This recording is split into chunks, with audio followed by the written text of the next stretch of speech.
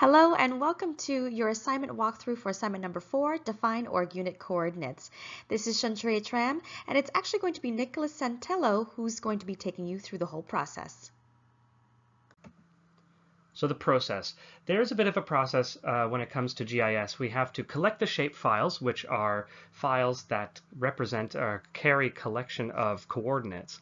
We have to import those GML files into DHIS2 and then use the GIS2 app in DHIS2. So we will collect the shape files, convert them to GML, then import the GML files into DHIS2, and then finally get to use that GIS app in DHIS2. And we'll go through that step by step. So step 1, collecting the shapefiles. You're going to need the shapefiles for each OrgUnit level in your instance of DHIS2. Now, a lot of shapefiles are available from different countries and regions. We suggest going to gadm.org. You can click on the link on this page. But you might also have shapefiles for your own areas of where you work for your own company. If you don't, we suggest GADM is a great place to start. And what you're going to have to do is save all of these shapefiles as GML files. And you're going to need to save one GML file for each OrgUnit level. So what that looks like is you can see down at the bottom of the screen we have Canada, and it's split up into provinces. So that province level would be one OrgUnit level, say provinces, and we would want to save that as a single GML file. We would also save a single GML file as all of Canada, as the entire shape, and then we would save continuously more for each level we go down into regions, sectors, whatever you've chosen in your instance. And the way to do that is those will just look like, they will be called vector layers if you're using QGIS, which is what we suggest is an open source software that allows you to view shapefiles and save them into GML. So step 2, importing GML files into DHIS2.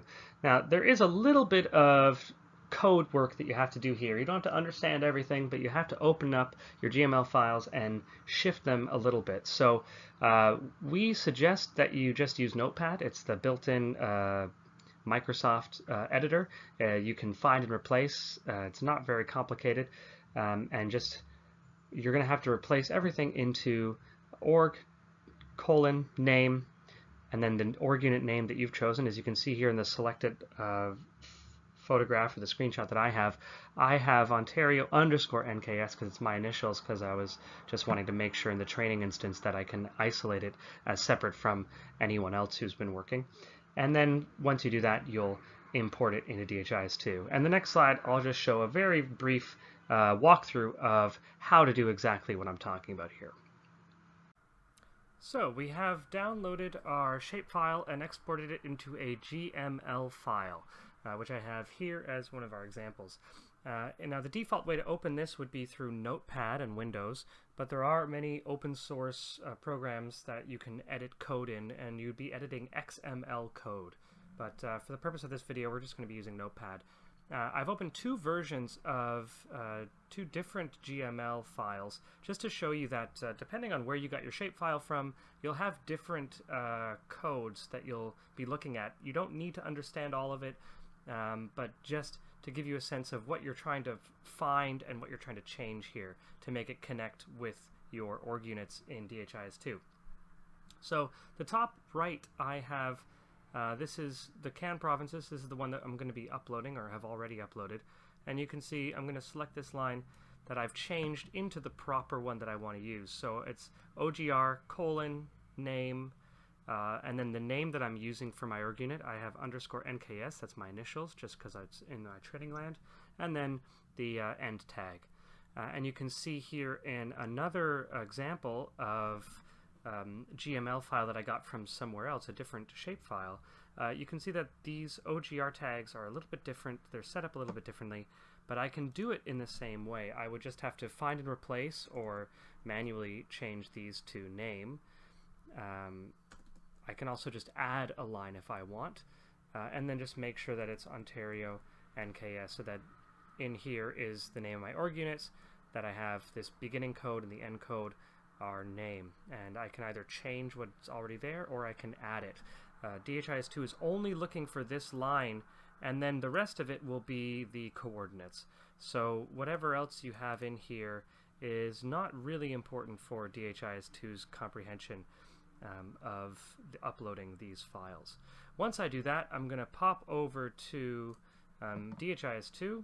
I go into my import and export app, and when I'm there, I select GML import. I'm going to see this screen, choose my file, Canada Provinces, and then we normally suggest you a dry run, or if you know exactly what you're doing, you can, or once you've done your dry run, you can say no. I'm not going to show what that looks like because Canada is a very large country, so it's going to take a long time to import. But that is the process of making sure your GML file is going to connect to and be understood by your DHIS2 instance. So now that you've uploaded successfully, you're going to be wanting to go towards the screenshot that I see there, where you actually are able to see your org units represented overlaid over a Google map, which is built into GIS and built into DHIS2. And you'll be able to have multiple layers. Everything is going to be visualized through color. You can choose the colors, and DHIS2 will automatically choose the different scale of colors if you want. Here on the right side, I'm going to circle that. So I've chosen the high and the low end, the green and the red, and DHIS2 has chosen the shades for me based on what data exists, so I can get a very clear sense. And in the next slide, I'll be showing you how to do that. Alright, so now that we have successfully imported our GML file into DHIS2, we can go into our GIS app and see how that works. So it's just the map with the compass on it is the icon, and we're going to pull up a map of the world which is based on Google Maps, I believe. So you can drag it around, you can zoom in and out, but the most important thing is that we want to make sure that we've selected that we have the proper stuff in here now. So when we go to click our thematic layers, we can actually add information on top of them, overlap information if we'd like, and of course it's going to be displayed through colors through our legend sets. And you can overlap or stack these and change their opacity if you'd like. You can also, of course, include Google Streets or a hybrid of satellite images from Google. So it's very, very powerful. At the moment, we don't have anything selected, so let's just select one data element. We'll be doing one at a time. We're going to just choose food poisoning, which is something I just created for testing, and select a month that I've entered some dummy data into. We go into our organization unit tree, and we just select some of the org units that we want to see information for. I know I have data in these, so I will select those. And for the legend set, it is automatic. You can choose an automatic or a predefined. So we're just going to do automatic now. And because it's food poisoning, low is actually a good thing. So we're going to make that green, and high is a bad thing. So we're just going to swap that around and update. And what it'll do now is it'll show the data based on the data.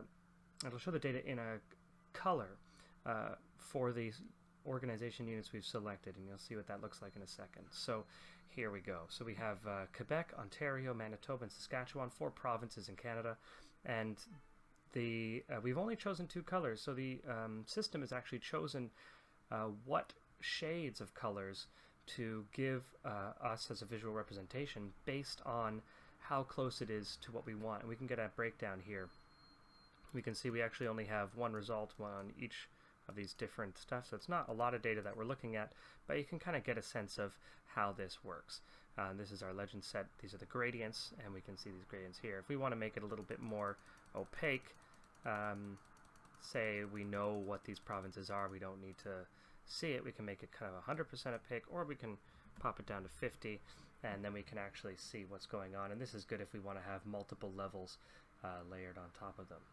So that's a very basic overview of how to use GIS. Once everything's in, it's very simple to use, very intuitive, and you can add these layers on top of themselves and stack them. You can also change the colors, and you can save these legends if you'd like as legend sets. the legend sets, which you would create here by adding a new one, this is what you would then choose in your pivot table to have a heat chart on your pivot table to color the cells based on the data. And that's how you use GIS. Thanks for joining us. You can reach us at info@logicaloutcomes.net or click right there to access the online curriculum.